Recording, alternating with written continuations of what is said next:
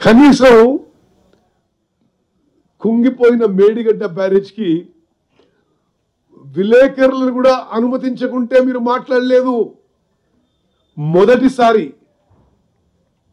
నేను ఇరిగేషన్ మంత్రిగా నా ఎంబడి సీనియర్ మంత్రులు జర్నలిస్ట్ తీసుకుపోయి Medigadda barrage on site inspection చేసినాము, ప్రజెంటేషన్ చూసినాము. తప్పనిసరిగా ఏం చేయాలో చేస్తాము. We are committed.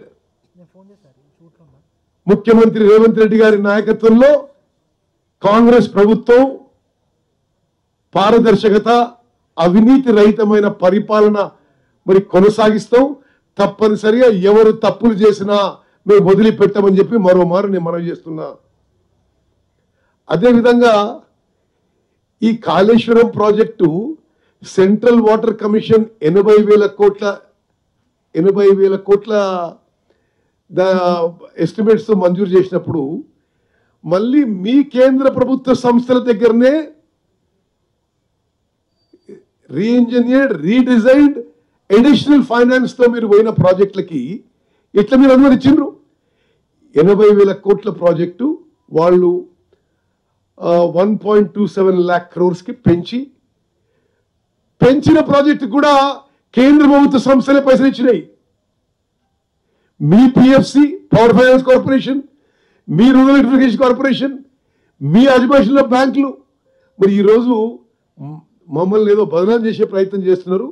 ఇది టోటలీ ఫాల్స్. తప్పనిసరిగా మేము ఏ మాట చెప్పినామో ఆ మాటకి కట్టుబడి ఉన్నామని చెప్పి నేను మనవి చేస్తున్నా.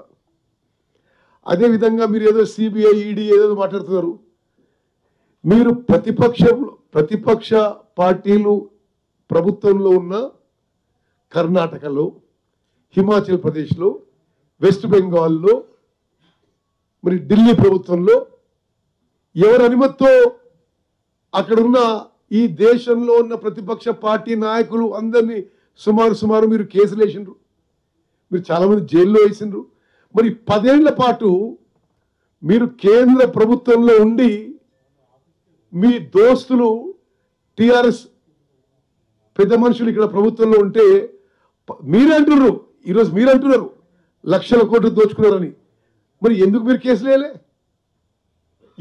ఎవరైనా ఆపినరా మీరు సిబిఐ కేసులు, ఈడీ కేసులు ఆపేయడానికి?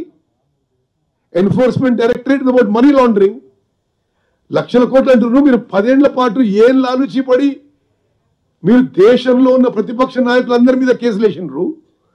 కేసీఆర్ మీద కానీ, ఇక్కడ ఇరిగేషన్ శాఖ మీద కానీ ఎందుకు అసలు మీరు పట్టించుకోలేదు? అంటే ఏం మతలబుద్దని? ఈరోజు మా ప్రభుత్వం ముందుకు పోతుంటే మీరు ఏదో బురద జల్లడానికి ప్రయత్నం చేస్తున్నారు. ఇది తగదు, ఇది ఖండిస్తుందని చెప్పి నేను మనవి చేస్తున్నాను.